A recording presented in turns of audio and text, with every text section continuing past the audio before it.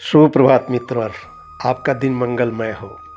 जैसा कि गीता के कर्मयोग की अपनी यात्रा में हमने कल यह समझा कि कोई भी निष्काम कर्म, चाहे स्वार्थ हो या परमार्थ, अपने लिए हो या फिर अपने परिवार और समाज के लिए हो, यज्ञ यानी स्व यानी अहंकार का हवन करना होता है, जिससे श्री कृष्ण प्रसन्न होते हैं।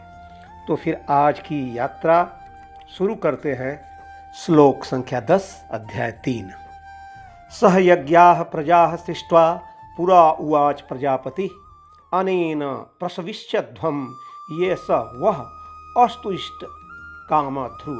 अर्थ, सृष्टि के प्रारंभ में समस्त प्राणियों के स्वामी श्री भगवान के लिए ब्रह्मा जी ने यज्ञ सहित मनुष्यों तथा देवताओं की संतानों को बनाया और उनसे कहा, तुम इस यज्ञ से सुखी रहो, क्योंकि इसके करने से तुम्हें सुखपूर्वक रहने तथा मुक्ति प्राप्त करने के लिए समस्त वांछित वस्तुएं प्राप्त हो सकेंगी। अब हम लोग इसके दैवीय तथा समसामयिक प्रभाव को समझने का प्रयास करते हैं।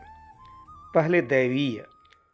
सीधी सी बात है, इस धराधाम पर सुखपूर्वक रहना तथा देहावसान होने पर मोक्ष यानी भगवत धाम प्राप्त करना, जहाँ सुख के सिवाय दुख की तो परिकल्पना भी नहीं है, और इसके लिए माध्यम तो केवल और केवल यज्ञ यानी निष्काम, मिथ्याहंकार रहित और सेवा से किया गया सत्कर्म ही है।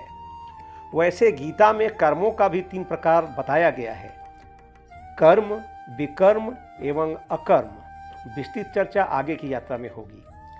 समसामयिक प्रभाव, जैसा कि भगवान ने कहा, अनेन प्रसविष्यध्वम, मतलब इससे यानी यज्ञ से अधिकाधिक समृद्ध हो जाओ।